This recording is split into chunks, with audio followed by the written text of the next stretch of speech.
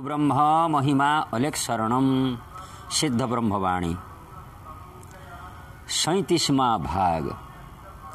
संत कवि भीम भोई जी ने अपनी रचना में इस प्रकार उन्होंने कहा है कि झियो ननई जुआई बोलांती जोग नाही बंदापना हुवंती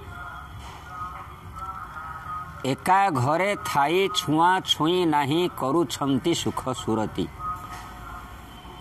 गृहस्थ धर्म में एक उदाहरण है कि घर में अगर जमाई आता है तो अगर पैसा नहीं है तो धार उधार करके बढ़िया बढ़िया वाला मिठाई उनको भोजन कराया जाता है, स्वागत सत्कार किया जाता है।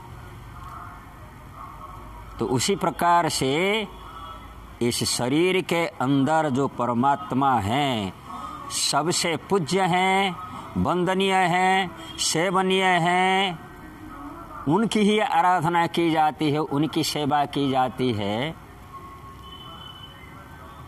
जबकि उनके लिए कोई योग, कोई नक्षत्र, कोई कुछ भी विचार नहीं किया जाता है, लेकिन सुबह से लेकर के परदिन सुबह तक 24 घंटा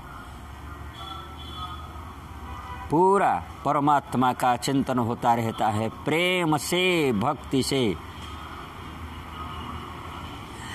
तो इसी प्रकार से एका घरे थाई छुआ छुई नहीं, इस घर में इस शरीर के अंदर जीवात्मा रहते हैं और यह जीव रहता है, सच्चिदानंद आत्मा रहते हैं। अलग अलग से थोड़ा सा हट करके रहते हैं। इस घर में उनकी लीला होती है लेकिन कोई किसी को नहीं छूता है। जीव जानता है परमात्मा को, परमात्मा जीव को जानता है। जीव परमात्मा के साथ सम्मिलित हो करके इस संसार का कार्य करता रहता है। अगर आत्मा के सहित संयुक्त नहीं होगा तो जीव काम कर नहीं सकेगा।